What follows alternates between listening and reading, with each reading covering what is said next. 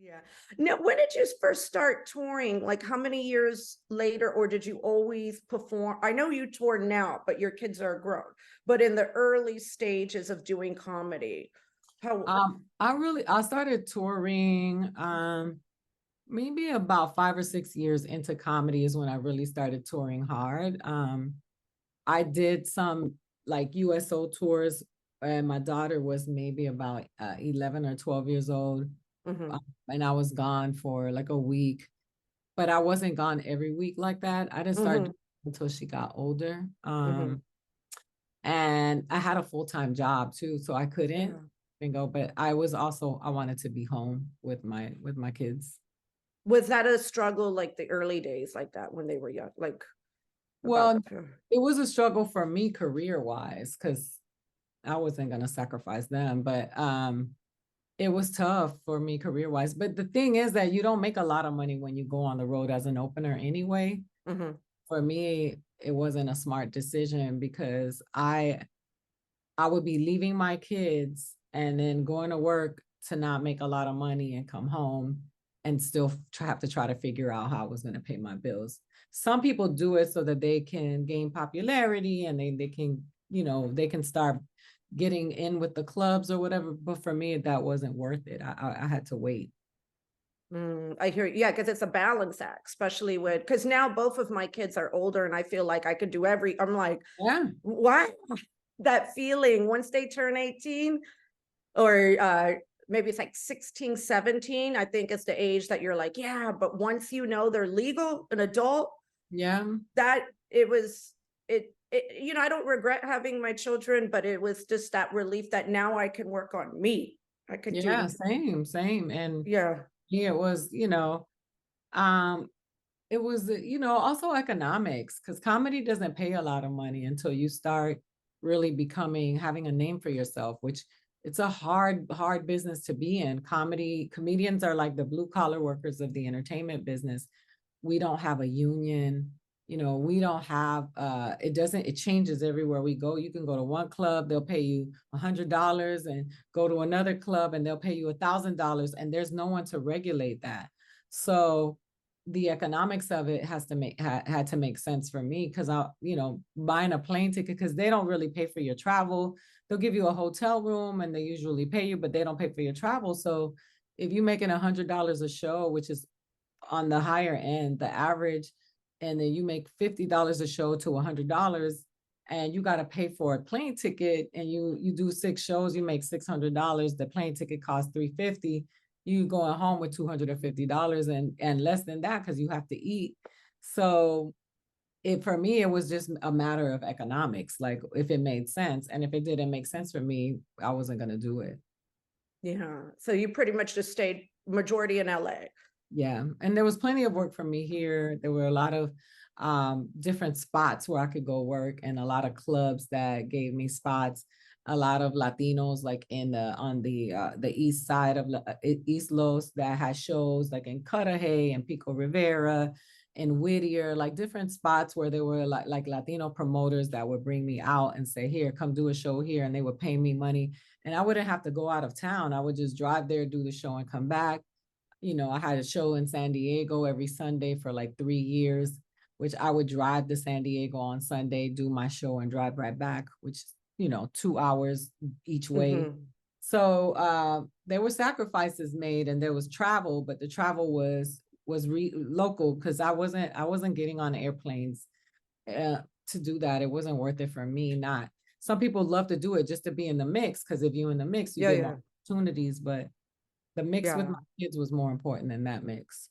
That's good. That's good. Yeah, because I don't know how well, if they don't have kids, I get it, but I've always wondered, like, how do the ones with especially how do the single parents do it? Yeah. Because I had I moved to LA in 2009 and I lived there for exactly 10 years. And Mhm. I had no family in LA and I had to grind the whole time over there. And it was tough. And then like in 2019, I moved back to the East Coast, and You know what I mean? Thank God. But my daughter got attached to LA. That's the thing. Once you raise a child in LA, you can't bring them out. That's a whole nother topic. But yeah, because my younger daughter, she's full straight. She's in college right now in Vegas right now. But my little one is accustomed to. She didn't want to leave the West Coast. That was hard. So yeah. Oh, so she left. You guys left. I left. I forgot there was like a period of time that I was in LA, and then I decided just to move in 2019. I went to New York, and she fought me like hell about it. She was difficult. Now she's 19. She's great now. But she put me through hell at her teenage years, my younger one.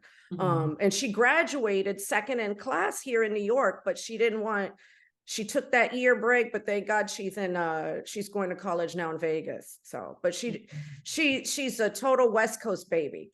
Oh, she stayed on the West Coast. Yeah, that happens. My daughter loves it here. She doesn't want to live anywhere else. Yeah. Neither of my kids. They both we're California kids now.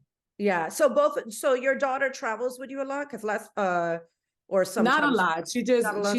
She had a break from work because she's a writer and they have been on strike. So, okay. Yeah. So she got in the WGA. She's a writer. Yeah, she's in IATSE. So she is in the other union, but she's a writer, and she had to take a break, and because of whatever. So she travels sometimes. She travels, period, but she traveled with me because writers are inspired by different environments and stuff. So now she's back to work, so she's not going to be traveling with me as much as she was, but she would travel with me. Yeah. Oh, that's great. I'm happy she's in the IATSE, because we need Latinos in the background, like not in the background, but behind the scenes. Absolutely. Yeah, that's why I'm trying to. My goal, what I want to do is, I really want to produce, and I don't even want to be on camera. I want to hide my face 100%. We need a lot of producers, man. The producers, they are the ones that make the magic happen. You know? Yeah. No, I'm trying with my podcast, trying my hardest. You're doing it. Yeah. You're doing it. Yeah. So what are your plans now for your future with comedy? You have this book that I can't wait to listen to. And I'm probably gonna buy it too. So put a nice in my where I put some of my other books. What is your future plans now with comedy and with yourself, I should say? Well, right now I'm focusing on the book because the book is here, and I'm trying to learn how to enjoy the moment, because I'm always but I'm developing some television projects right now, writing them. And I'm still touring, so I'm still working on my next hour for comedy. But my next step is acting. I booked a film that I'm going to shoot next year. I actually did a short film that right now is making its rounds to the short film festivals, and it's doing really well, the film festivals. And so what I want to do is, I want to act. I want to do some television shows and some movies. And so I'm focusing on that. So right now, when I'm off tour, I'm going back to my acting class and my acting coach, and I'm getting back to writing. And I look forward to writing my next book, because I really enjoyed it, and I want to do it again. And so I have my project board with all the things that I want to do. So a lot of television and film. I'm directing another comedy special at the end of the year for another comedian. Okay. She's at work, and so I'm going to be directing her hour special. And I really enjoyed directing. I directed 3 comedy specials for HBO last year, and so lots of stuff to do. Just get them done one at a time so I can do them well. So you've directed already 3 times, because that's another thing is, I think at one time there was only 4 in the DGA. There was only 4 Latina directors in the DGA.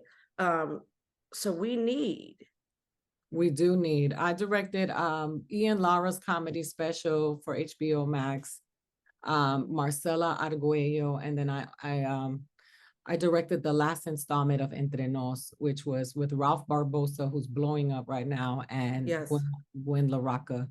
So yeah, I directed those. Oh, And I watched that last one. Gwen is amazing. yeah, she's funny. She opened She, for me this week in Milwaukee. She's dope. oh, she did?